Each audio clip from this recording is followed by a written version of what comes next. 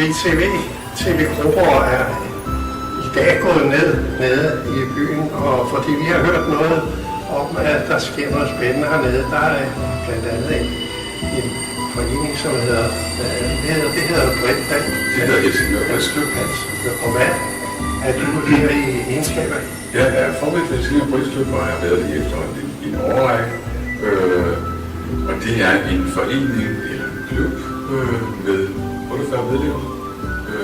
Og vores store fælles interesse er selvfølgelig bridge.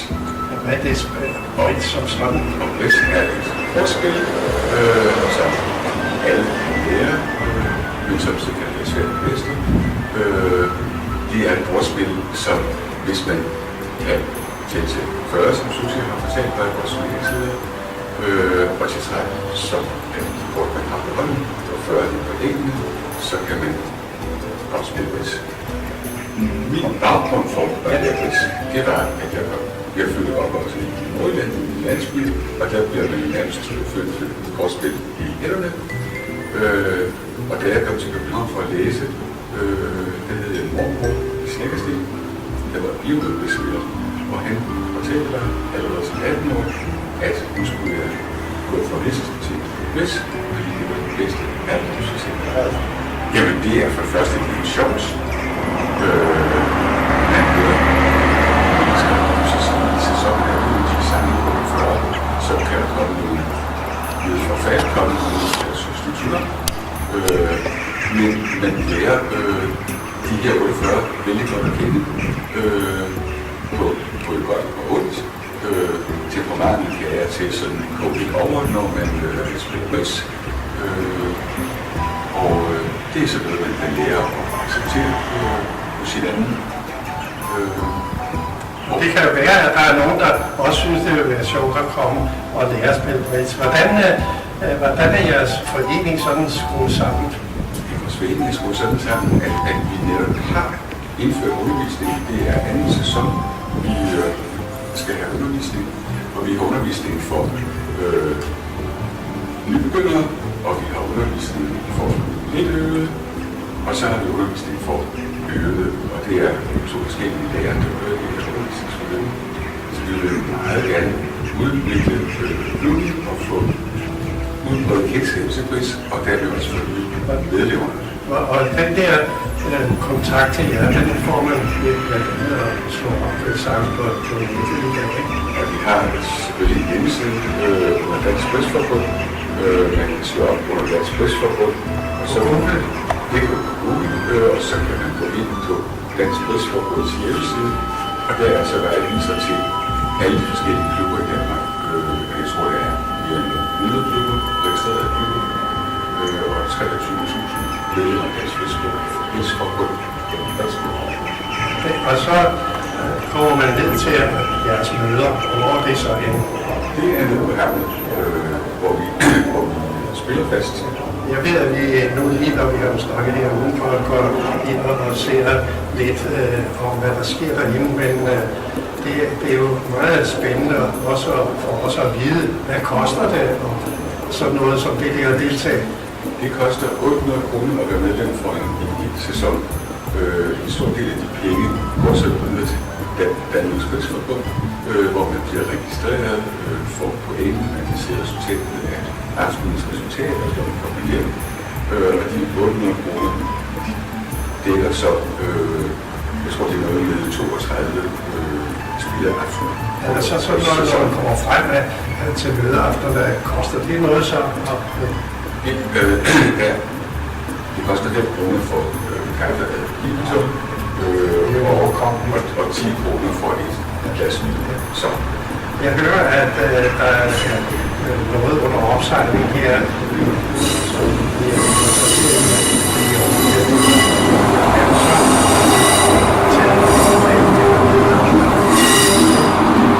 jeg synes, at det her er jo spændende, så nu kunne vi jo se, om vi kunne få en ny ind på tabloet her. Jeg synes, det var en god idé. Og hvad hedder den? Den hedder Susie Rasmussen, og er vores... Jeg kan se, den står herovre, så jeg ved.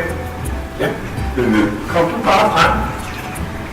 Ja, så har vi fået en ny frem herovre. Det er jo dejligt, fordi jeg har hørt noget om, at der er nogle aktiviteter, som I lægger op til? Hvad er det for noget? Ja, det er, at vi sammen med Danmarks Bridge-forbund og 100 andre klubber i Danmark, der holder vi Bridgens dag den 28. august. Og i Helsingør er det sådan, at der er 2 arrangementer, nemlig det ene, der starter kl. 10, og så det næste hold, fordi vi håber, der kommer mange, starter så 13:30. Og det er for at invitere folk, der har hørt lidt om Bridge, og komme ind og se, hvad er det egentlig for noget, sådan at de ved, hvad det er, de går, eller ved lidt om, hvad de går ind til, inden at de melder sig til et kursus. Og hvor skal de så komme hen? Jamen der til Bridgens dag den 28. der er det på aktivitetscenteret dernede. Og der bliver der jo så fortalt lidt om Bridgen, og der bliver spillet kort. De har jo vist sig, at kort, det at spille Bridge, er godt for sund og sjæl og bekommelsen. Det er jo godt for os. Det kunne lade sig gøre. Men jeg synes, vi skal gå ind og se, for jeg ved, at I holder en... Hvad er det, I gør i aften? Ja, i aften, der har vi jo sommerbridge. Og det har vi jo om sommeren, der har vi det tirsdag aften, og så hele vinteren er det jo mandag aften, og alle kan være med. Så det er jo fint. Ja, vi ser jo frem til lige at gå ind og kigge. Du er meget velkommen. Tak skal du have.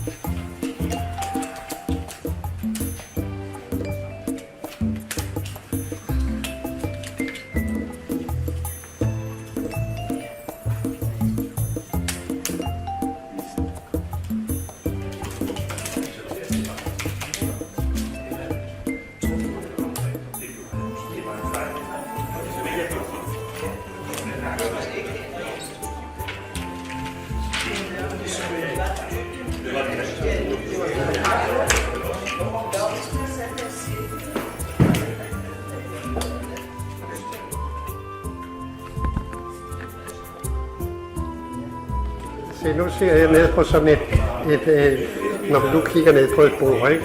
Så ligger der sådan nogle 4 plastik. Ja, vi kigger ned på sådan 4 plastikæsker der. Hvem lægger dem i systemet? Det gør en computer. Så I fysisk er det så Bo, der sidder der putter den ned i det der plastik. Og det gør så, de går videre til et andet bord. Ja. Og bliver spillet igen med den samme kortfordeling. Er der en indikation af, skriver man hvad det er? Ja. Der står hvad det er. Der står for eksempel her 21. 21 Ja. liste, ikke? Ja. Og så ved man, hvad det er for noget. Så ved man, hvad spil det er, når man går ind, når man kommer ind 4 gange. Ja. Hvad betyder de der? Jeg ser, at der så er til bliver lagt sådan nogle... så.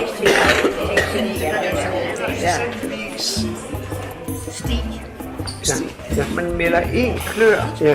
så siger man, at jeg har nogle point, og jeg tror, at i hvert fald vi kan få 7 stik. Altså, når der er nogen fylder, så bliver der lagt sådan en hel masse kort op. Ja, det er sådan, at når man så, efter man har meldt, så har man fundet ud af, hvem der bliver spillefører. Så den, der er spillefører, bestemmer over 26 kort. Ja, det er jo smart. Og så når man er færdig, så har vi set, hvem der har vundet. Og så er det på computeren, så det vil sige, at i løbet af 3 minutter, så har vi resultatet for jer.